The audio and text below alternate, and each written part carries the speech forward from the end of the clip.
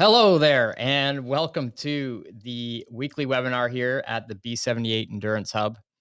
Uh, Gosh, I'm excited to be here today, and mostly because the topic is running, and I just got back from an awesome run.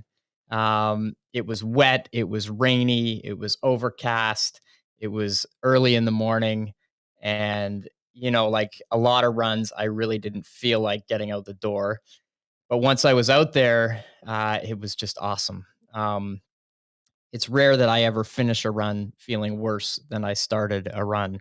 And I think that's the case with a lot of training. A lot of times we don't really want to get going. It's hard to change the inertia of hanging about and not doing much. But once we get going, once we're in motion, often it feels pretty great.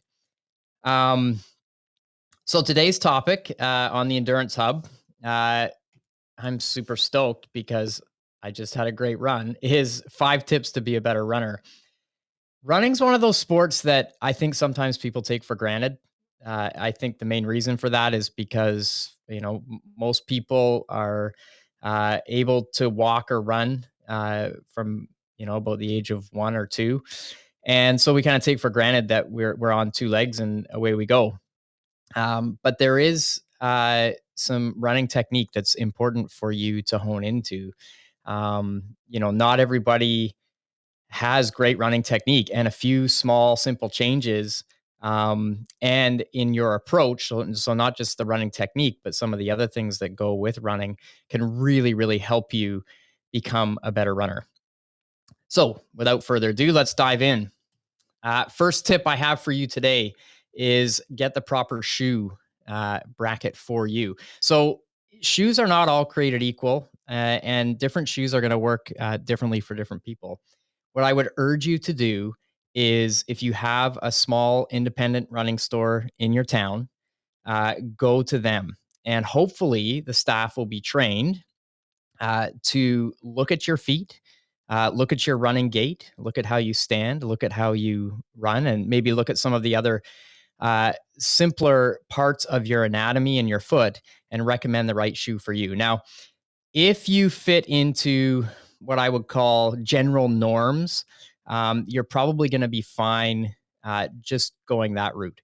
If you have some real physical problems or limitations, I shouldn't call them problems, but let's say some physical challenges in terms of your foot anatomy or some other things, you might want to take it a step further and actually seek the advice of a physiotherapist or a podiatrist, somebody who really specializes in the area of human mechanics to maybe get some further advice. But generally speaking, if you go to a good little running shoe store, they should be able to recommend a shoe that's for you.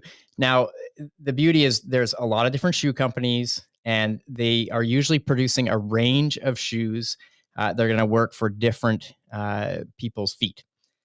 And that's everything from what we call posting. So, like, how is your foot like? Is it are you a do you invert or evert?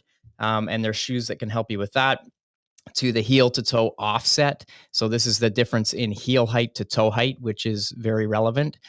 Years ago, when we went kind of through the barefoot running phase, the big draw was to get a shoe that was like a barefoot, which meant the heel and the toe were at the same level.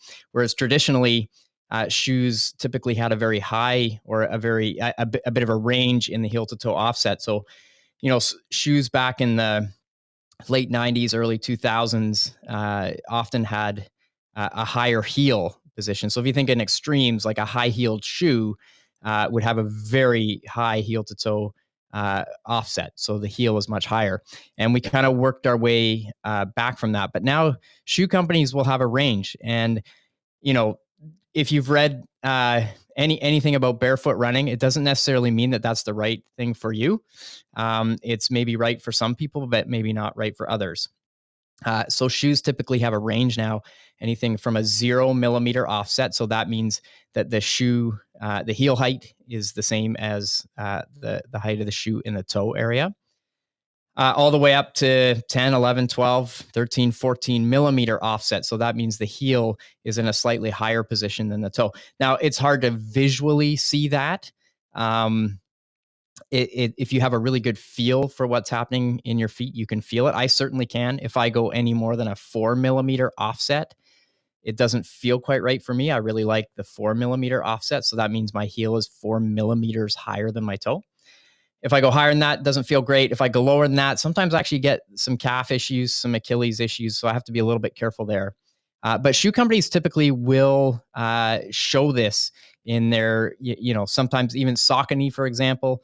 And I don't support any particular brand, but I know Saucony shoes will often in the sole indicate what the heel to toe offset is because I think people are interested in that. So first and foremost, if you're going to get into running, get to a good little store. I'd recommend not ordering online if you don't know what you're doing. If you know exactly the shoe that's right for you, then maybe sure order online. But if you don't even know that step, go into a local shoe retailer and see what they have to say. And hopefully you can get some good advice. I'm not going to dive into the world of carbon plated shoes in this webinar. That's maybe for another topic, and I think I've covered it in previous webinars. Um, so I won't dive into that yet, or in this one. That's a rabbit hole I don't really want to go down right now.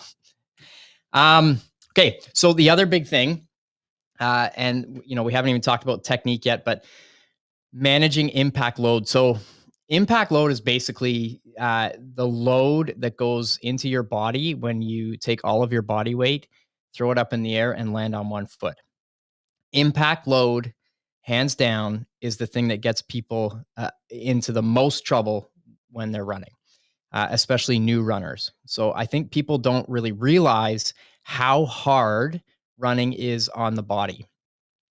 In terms of how hard it is physically on the body, I would argue that it's one of the hardest sports on your body.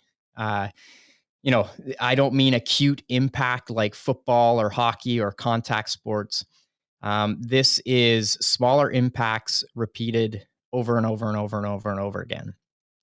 I think what happens is newer runners will often get excited about running. Maybe they're going to sign up for a running event, 5K, 10K. Maybe they have a bucket list challenge of doing a marathon.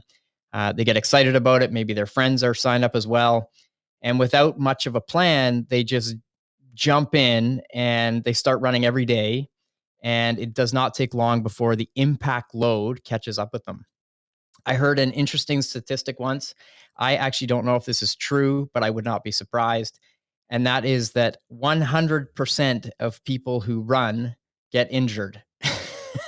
So, again, I don't know if that's actually true, but there's some truth in it. And that's that, it's just very hard on the body. So, managing impact load is so crucial. Now, how do you do that? Well, one of the strategies that I use with new runners is that I always separate their running days by a day of non running. That doesn't mean they don't do anything else. Maybe they're biking or swimming if they're doing triathlon, but I spread the impact load out by at least a day. If they're very brand new, maybe they've never run at all, maybe they've just walked.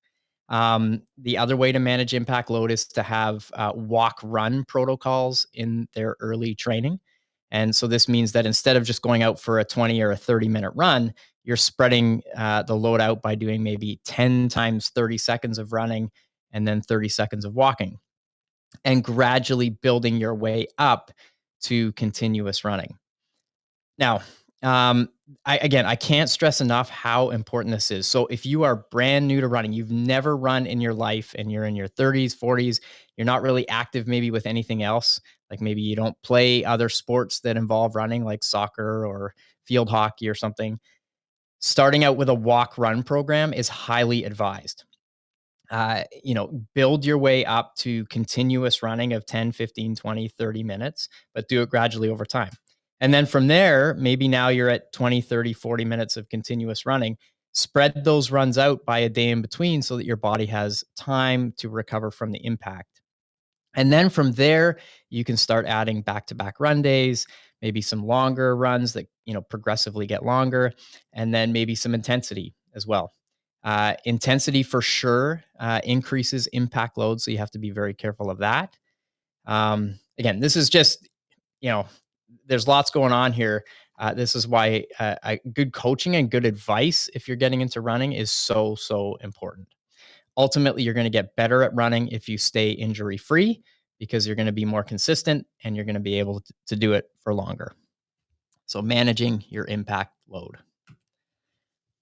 Okay, let's get into some understanding and practice some basic running techniques. So, I want to run through a few key points here that I hope will help you on your way to good running.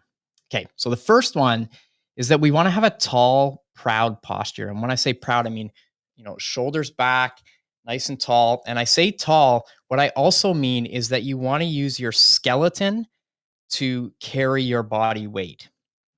Okay, so think of this. Let's say you were to do a wall sit. Okay, so in a wall sit, it's very, very difficult after 20, 30, 40 seconds because you are holding your body weight with muscle.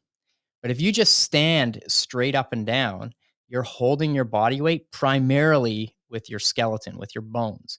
Now, obviously, there's muscles that have to be activated. So otherwise, you'd just be a rag doll and you'd kind of fall limp on the floor. So we have our posture muscles like in our back, our erector muscles in our back that are engaged, but not so strenuous that we can't kind of stand around for a long time.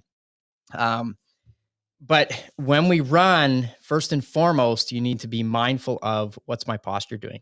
So if you're somebody that runs with very low hips, so maybe you're kind of in the back seat a little bit, or you're hunched forward at the waist, so the upper body is coming forward.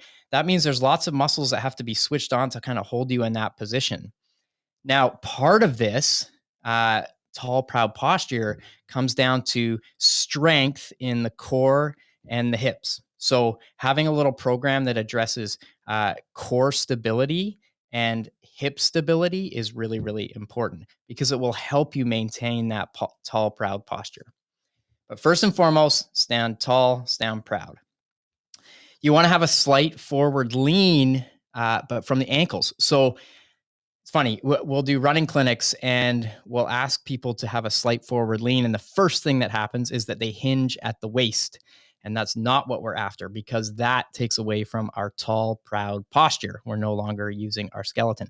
So the lean really has to be from the ankles. Now, a great way to practice this is to stand nice and tall, lean forward consciously from the ankles, and eventually you'll have to put a foot out or you're just going to fall on your face.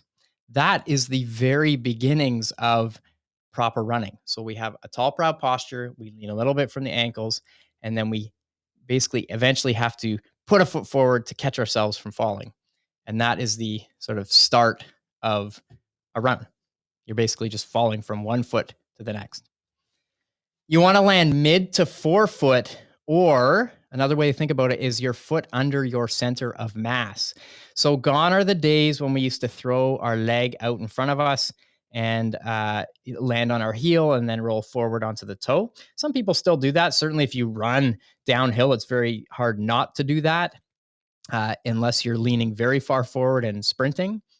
Um, but generally speaking, if we're on flat terrain, we want that foot to land under our center of mass and land kind of in the mid to forefoot. Now, don't confuse that with landing on your toes. If you land on your toes, like sprinters do, for example, if you've ever seen track shoes, so athletes that are doing short, fast distances at the Olympics or on the track, really will primarily be on their toes. But for longer distance running, you want to land in the mid to forefoot area. It's a great shock absorber. And your foot is a natural shock absorber in the arch of the foot. So that's where you want to land. You want to land softly. So if you find that you're very heavy on your feet or you're a very loud runner, try and soften that up a little bit. Be a little bit more delicate or supple when you land. Cadence is very important. Now, when we say cadence, just like on the bike, this is how many times your foot strikes the ground in 1 minute. And often the Garmin watches now, any of the smart watches that you use for training will have a setting on it that measures cadence. And what it's measuring is how many times is one foot landing on the ground per minute. And typically, athletes will be, let's say, 75 to 80 foot strikes per minute. Now, kind of like in cycling, we want to inch that up a little bit. So, one of the best ways to generate a bit more speed when you're running is to have a quick, light foot cadence. So, working to get that cadence up will not only improve your speed, but there's a little bit less impact with each stride rather than these big loping strides that sometimes people take. Yeah, it's a much more compact and often more efficient way to go about it. And then you want to have a relaxed arm swing from the shoulder joint, so not from the elbow joint. Okay, so you can see me here. We want to have a nice relaxed bend in the arms, and the arm swing is from the shoulder joint, not the elbows. Okay, just from the shoulder joint. So those are a few little technical tips to help you on your way. Again, tall, proud posture, a slight forward lean from the ankles, land mid to forefoot or your foot under the center of mass. Land softly, a quick light foot cadence, and a relaxed arm swing from the shoulder. Okay, tip number 4, incorporate hills into your training. So when I say hills, I mean running uphill, uh, not necessarily running downhill, although when your tolerance for impact load improves, this is actually a great way to really improve your tolerance for impact. But running downhill should be approached with a great deal of caution and approached only when you have a lot of running miles in your legs. Now, that's not to say that beginner runners can't go out and run up and down hills. Of course, yes, do that. What I'm talking about is deliberately running downhill fast. Um, Perhaps you should avoid that in the early stages because the impact load is much higher. So, what I want to talk about here is incorporating uphill running into your training. What I love about uphill running is that, first of all, the impact load is a little bit less. Okay, that's thing one.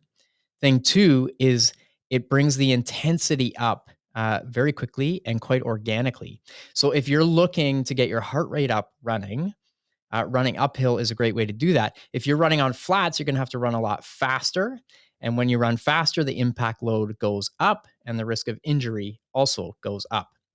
Now, again, remember this is a sliding scale. So what I'm talking about here is primarily for beginner entry level runners who are looking to get fitter at running while avoiding, hopefully, some injuries. So running uphills is a great way to do this. The other great thing about uphill running is it challenges our posture a little bit more. So you have to switch on those core and posture muscles a little bit. So that the muscles in your back because you're running uphill. Otherwise, you'll kind of just flop forward. So it's great for that. It's a great strength training exercise for running. Um, and technically, also, it's a great practice because it puts you technically in a slightly more favorable position, meaning you can't not be mid to forefoot when you're running uphill. And in fact, if the hill's very steep, you're going to be right on your toes. Now, going back to the running technique part, if you're doing long distance running, I don't suggest that you run on your toes, but landing mid to forefoot is great. And, hills, especially hills that aren't too steep, will naturally kind of get you into that landing position. So, what kind of hills do you need to do? This doesn't mean that you need to go find, a 10, 20 kilometer hill in the French Alps and go there and run straight up. No, this can be something as simple as 20 to 30-second hill repetitions where you run uphill for 20 or 30 seconds at a good pace. So let's say 85, 90% of your perceived effort. And then walk or easy jog down back to the start and do it again. And, doing 10 of those once a week will really, really not only help running technique, but it'll help that higher end fitness that is sometimes a bit riskier on flatter terrain. Okay, last one. Run on mixed surfaces. Now, what do I mean by this? Well, by this, I mean, I really believe that there's a lot to be gained by running on surfaces, not just pavement. Okay. So, running in some trails or on some gravel or on wood chip trails. Uh, if you always run on pavement, it should be obvious now that one of the risks is that the impact load is a little bit higher. It's a harder surface. So, it's going to be a little bit harder on your body. Now, I want to asterisk that by saying, don't take this to mean that I think you should do all of your running off road. What I mean is that mixing up the terrain is really great. It also challenges your body and your brain in different ways. Okay. So running is a very linear sport. If you went out every day and just ran around a track or ran on a flat paved road, it's not really challenging your body very much other than the impact load. But if you go run in trails, you get to challenge your body a little bit more, right? There's some strength training component. There's proprioception, so your feet have to kind of learn where they are in space a little bit more. Every time they land, they have to kind of micro adjust a little bit, and I think that's a good thing. Now, if you're just beginning, don't go pick the rockiest, rootiest trail to run on, because there is a risk there in that, it's on the ground's a little unstable, or maybe you land a little bit weird, and we don't want that. Uh, if you're a little bit more experienced, or maybe you hike in the trails a lot and you're used to your feet being on uneven ground, then yeah, go for it. Um, but I think it challenges us in a way that is very favorable for our running development. It's a little bit easier on the body, and it just spreads out the load. So, do some running on pavement, yes, but do some on chip trails or gravel roads, or do some on trails. And if you're more experienced and you're very, very comfortable, then get into some more gnarly trails. It's tons of fun. It's a great way to do base mileage in the winter, to mix it up. Um, and I think a really nice addition is to just, mix up the surfaces a little bit. Okay. That's all I got for you today. Let's have a quick review here. Get the proper shoe for you, manage your impact load, understand some of the basics of running technique, incorporate hills into your training for sure, and mix up the run surfaces.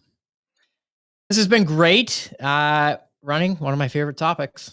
I retired 10, 11 years ago from racing, and running is the one sport that I have kept up with because it's so easy and efficient and bang for your buck. I can get out the door and feel great in about 45 to 60 minutes. And I wish you all the same.